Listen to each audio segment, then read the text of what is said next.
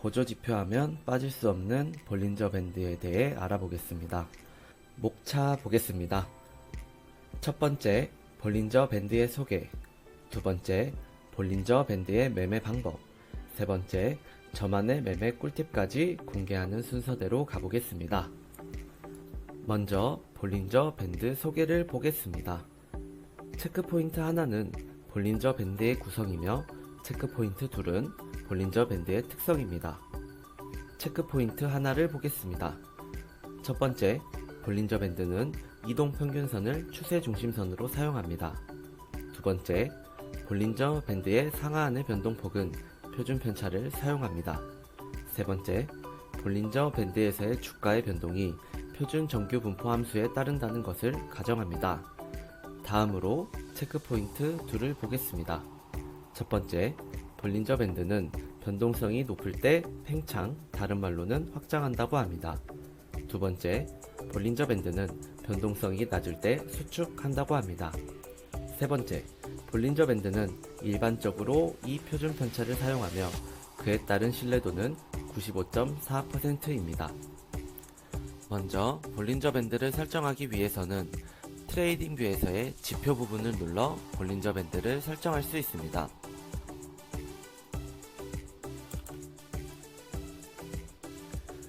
차트를 보시면 주황색 선이 추세 중심선입니다.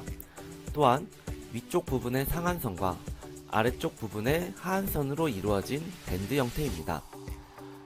이 중심선을 기준으로 위아래의 영역이 이 표준 편차로 구성되어 있으며 그에 따라 밴드 안에 캔들이 형성될 확률이 95.4%입니다.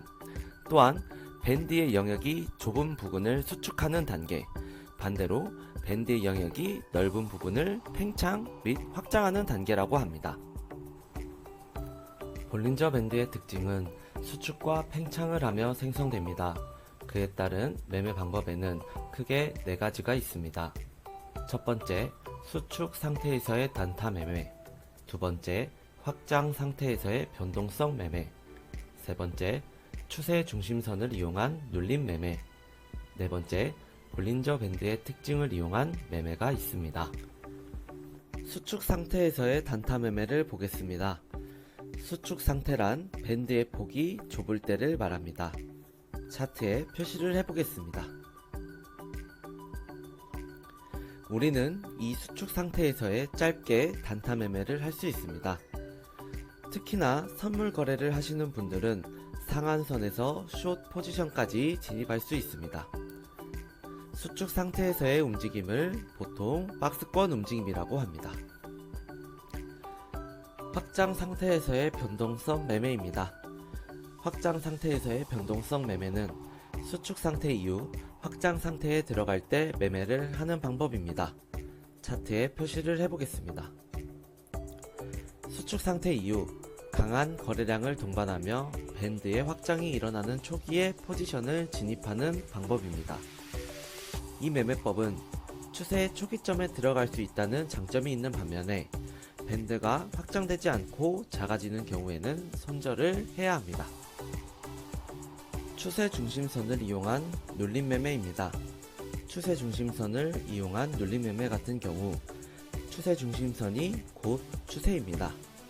추세 중심선이 우상향을 하고 있으면 상승 추세라고 보고 추세 중심선이 우하향을 하고 있으면 하락 추세라고 생각하시면 됩니다. 차트를 보겠습니다. 추세 중심선이 우상향하고 있는 그림입니다. 우리는 이 우상향하고 있는 추세에서 밴드의 하단 부분에 매수를 합니다. 단, 이 매매법에 주의할 점은 매수 이후 고점을 돌파하는 흐름이 나오는지가 관건입니다. 추세 유지의 필수 조건이 고점 돌파입니다. 즉, 네모 박스를 표시한 부분에서 매수를 한 뒤 고점 돌파가 나오지 않았으면 그 다음 밴드 하단 부분에 올 때 손절 또는 본절을 하시고 그 이후 매매는 멈춰야 합니다.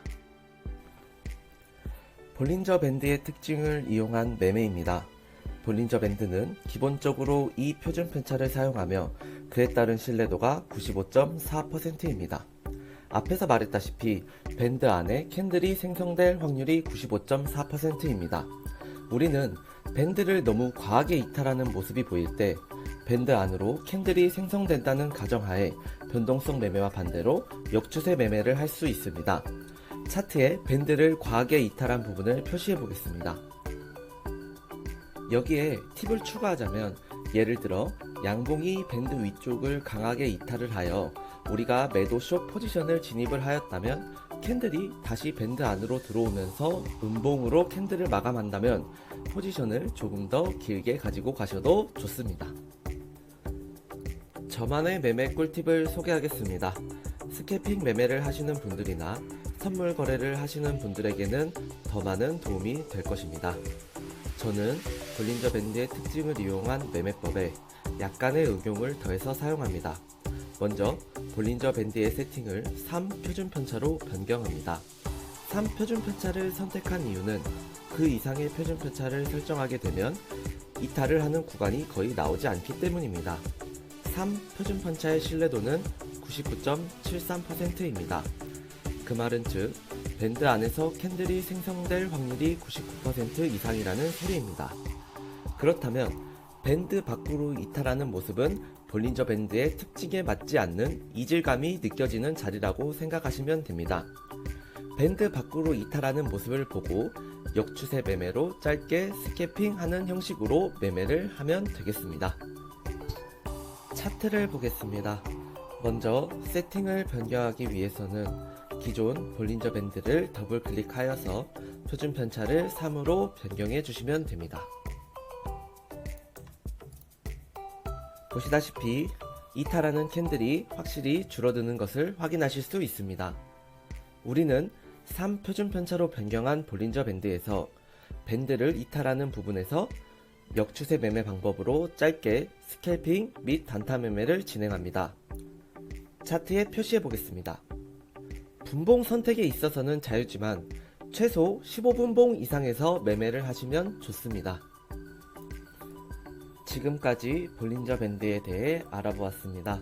매매 기법에 대해 정보를 얻고 싶으신 분들은 링크를 통해 텔레그램이나 블로그를 방문하시면 더 많은 정보를 얻으실 수 있습니다. 시청해주셔서 감사합니다.